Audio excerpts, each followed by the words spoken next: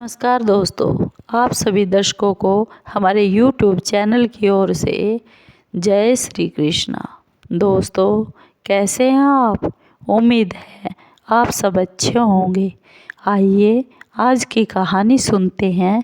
उससे पहले अगर आप चैनल पर नए हैं तो प्लीज़ सब्सक्राइब ज़रूर कीजिए और बेल आइकॉन को ज़रूर दबाइए ताकि आप तक हमारे सारे नोटिफिकेशन पहुंच सके।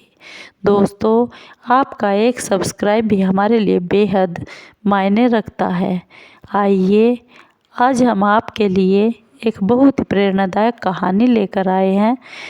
आइए कहानी को शुरू करते हैं। दोस्तों, एक बार पंजाब के लुधियाना शहर में एक लड़का कंपनी में काम करता था और उसी कंपनी में कुछ ही दिन पहले एक लड़की आई और वह भी उसी कंपनी में काम करने लगी। वे दोनों आपस में मिलने जुलने लगे। एक दिन उस लड़की ने उस लड़के से कहा, मैं आपसे बहुत प्यार करती हूँ, क्या आप मुझसे विवाह करोगे? उस लड़के ने कहा कि हाँ, मैं तुमसे विवाह करूँगा। थोड़े दिन बाद उस लड़के और लड़की ने कोर्ट में जाकर शादी कर ली और वह अपने घर अपनी नई दुल्हन को लेकर आ गया। अभी उनकी शादी को थोड़े ही दिन हुए थे। वे साथ ही कंपनी में आते और साथ ही चले जाते थे। वे बहुत आपस में प्रेम करते थे और एक बार की बात है, वह लड़की गर्भवती हो गई और वह कंपनी से छुट्टी कर ली। जैसे ही उसने कंपनी से छुट्टी की, घर का सारा काम करती और आराम करती। एक बार की बात है, रविवार का दिन था। वह लड़का भी अपने घर ही था। वहाँ पर एक साधु बाबा उनके दरवाजे पर आए और साधु बाबा ने भिक्षा मांगी। जैसे ही साधु बाबा ने भिक्षा मांगी, उस लड़के ने अपनी उस पत्नी से कहा, जाओ, दरवाजे पर साधु बाबा आए हैं, उनको कुछ भिक्षा दे दो। वह लड़की अपने रसोई घर से कुछ आटा लेकर जैसे ही दरवाजे पर पहुंची तो उसने साधु बाबा को देखा।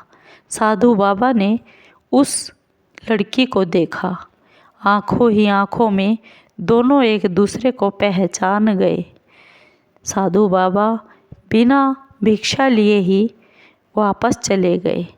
जैसे ही वो लड़की अंदर आई, उसके पति ने कहा, क्या तुमने साधु बाबा को भिक्षा नहीं दी? तो वह लड़की बोली, नहीं, साधु बाबा ने ली नहीं, वह दूसरे दरवाजे पर चले गए। वह लड़का भागा चला गया और देखा वह बाबा दूसरे दरवाजे पर भिक्षा मांग रहा है। उसने उस साधु बाबा के पास जाकर कहा, साधु बाबा, हमसे क्या गलती हुई? आपने जो मेरे घर की भिक्षा नहीं ली। वह साधु बाबा बोला, मैं ऐसे घर की भिक्षा नहीं लूँगा। वो बोला, क्या हुआ? ऐसा क्या कर दिया जो आप हमारे घर की भिक्षा नहीं ले रहे? वह साधु बाबा बोले, बच्चा, अगर तुम भी सुनोगे तो हैरान रह जाओगे। वह आदमी बोला, वह लड़का बोला, ऐसा क्या हुआ? आप मुझे भी बताइए। साधु बाबा ने कहा, यह जो लड़की तुम्हारी पत्नी है, वो भिक्षा देने आई थी। वह लड़का बोला, हाँ बाबा, फिर क्या हुआ? फिर साधु बाबा बोले, वह लड़की तुम्हारी पत्नी वह लड़की नहीं है, वह एक नागिन है। वह लड़का बहुत सकपका गया, हैरान हो गया। नहीं बाबा, ये आप क्या कह रहे हैं? वह तो मेरी पत्नी है। वह मेरे साथ कंपनी में काम करती थी और हमारा 2-3 महीने प्यार चलता रहा और फिर हमने शादी कर ली। साधु बाबा ने कहा, मैं तुमको सावधान करता हूँ, अगर तुमने इस लड़की से पीछा नहीं छुड़वाया तो यह एक दिन तुम्हारी जान को लेकर रहेगी। साधु बाबा की ये बात सुनकर वह लड़का बोला, बाबा ये आप क्या कह रहे हैं? साधु बाबा ने कहा, अगर तुमको मेरी बात पर विश्वास नहीं तो तुम अपनी आँखों से ही देख लेना। वह लड़का बोला, क्या देखूं बाबा? साधु बाबा ने कहा, 24 घंटे में यह लड़की अपने असली स्वरूप में आती है और फिर तुम्हें विश्वास हो जाएगा और तुम इसे पीछा छुड़वा सकते हो। वह लड़का साधु बाबा से बोला, साधु बाबा अगर यह बात सच हुई तो मैं आपको कहाँ ढूंढूंगा? साधु बाबा ने कहा, आप मुझे यहीं मंदिर के पास पीपल के पेड़ के नीचे मैं आपको मिलूँगा और फिर मुझसे आकर कहना। ऐसा सुनकर वह लड़का अपने घर आ गया और वह बहुत सोचता रहा, लेकिन उसने अपनी पत्नी से नहीं बताया। अब उसको प्यार की जगह भय हो गया। वह देखता रहा। अगले दिन की उसने अपनी कंपनी से छुट्टी भी ले ली, लेकिन पूरा दिन देखता रहा वह उसकी पत्नी अपने असली स्वरूप में नहीं आई। लेकिन रात को भी नींद कहाँ आने वाली थी। रात को भी वह इंतज़ार में रहा और अपनी पत्नी से ऐसा दिखाता रहा जैसे वह सो रहा है। उसने कहा, मुझे बहुत ज़ोरों से नींद आई है और वह यह बहाना बनाकर लेट गया। देखने में तो वह सो रहा था, लेकिन असलियत में वह जाग रहा था।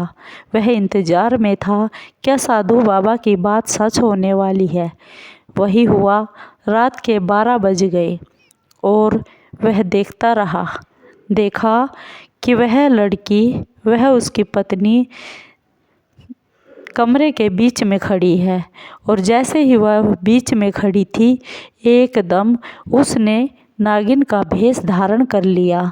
वह देखकर बहुत डर गया और वह अगले दिन सुबह होते ही भागा भागा उस मंदिर में गया, जहाँ उस मंदिर के बीच पीपल के पेड़ के नीचे वह साधु बाबा बैठा हुआ था और जाकर उनके चरणों में रोने लगा, गिड़गिड़ाने लगा, हे साधु महात्मा, किसी भी तरह करो, मेरा इस नागिन से पीछा छुड़वाओ।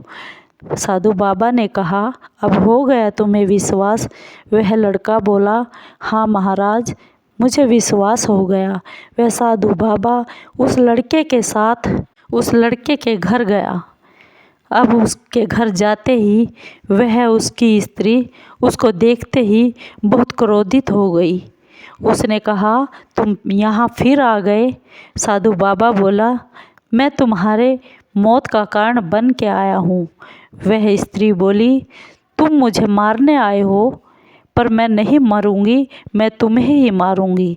साधु बाबा ने अपने योग बल से अपनी शक्तियों का प्रयोग किया और वह असलियत रूप में नागिन के स्वरूप में आ गई और वह बहुत फुफकार कर उस साधु बाबा की तरफ, कभी उस लड़के की तरफ वार करती, लेकिन साधु बाबा ने अपने योग बल और शक्तियों से उसे मार डाला। तो वह लड़का साधु बाबा के चरणों में गिर गया और बोला, साधु बाबा, आज तुमने मुझ पर उपकार किया है, मेरी जान बचाई है, इसका बदला मैं कैसे चुका सकता हूँ? आपके उपकार का बदला मैं कभी चुका ही नहीं पाऊँगा। साधु बाबा उस लड़के को आशीर्वाद देकर वहाँ से चले गए। दोस्तों, आपको ये सच्ची कहानी, असली कहानी कैसी लगी? अगर आपको ये सच्ची कहानी अच्छी लगी हो तो प्लीज़ चैनल को सब्सक्राइब कीजिए, लाइक कीजिए, शेयर कीजिए और कमेंट ज़रूर कीजिए, ताकि हम आपके लिए और भी अच्छी अच्छी नई नई बातें, नई नई कहानियाँ लेकर आए।